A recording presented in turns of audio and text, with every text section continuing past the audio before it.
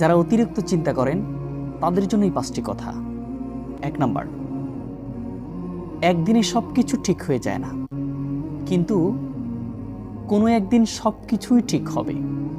সেদিন তুমি হেসে দিবে, কষ্টগুলো দুর্বিত হয়ে সেদিন তুমি হাসবে। ওয়ালা সাউফা ইউতিকা রাব্বুকা ফাতারদা, তুমি সেদিন খুশি হয়ে যাবে। 2 নাম্বার, তোমার উপরে একজন সৃষ্টিকর্তা আছে, যিনি তোমার সমস্ত কিছু নিয়ন্ত্রণ করছেন। তিনি তোমার দুঃখ দিচ্ছেন, কষ্ট দিচ্ছেন, ধৈর্য ধরার জন্য পরীক্ষা নিচ্ছেন।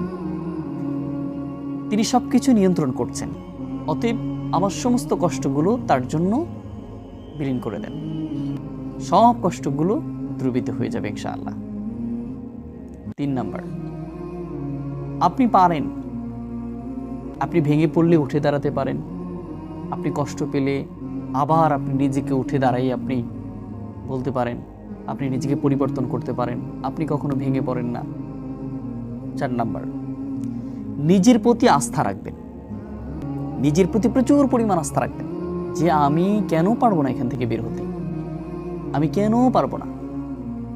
5 নাম্বার, দুশ্চিন্তা করে কখনোই আপনি কোনো সমস্যার সমাধান করতে পারবেন না। চিন্তা করে কখনোই আপনি সমস্যার সমাধান করতে পারবেন না। এজন্য চিন্তা দূর করতে হবে এবং নিজেকে মন খুলে হাসতে হবে। হাজার কষ্টে থাকলেও নিজেকে হাসান, নিজেকে একটু সবসময় আনন্দের মধ্যে রাখুন। এই 5টি কথা যদি আপনি মানতে পারেন, বিশ্বাস করেন, এই পৃথিবীতে আপনি অনেক সুখী একজন মানুষ হিসেবে বিবেচিত হবেন। সর্বোপরি বলতে চাই, ধৈর্য আমাদের জীবনের সবচেয়ে গুরুত্বপূর্ণ একটি বিষয়। ধৈর্য ধরতে পারলে আল্লাহ আমাদের উত্তম কিছু দিবেন, ধৈর্য না ধরতে পারলে আল্লাহ আমাদের কষ্টের মধ্যে নিমজ্জিত করবেন।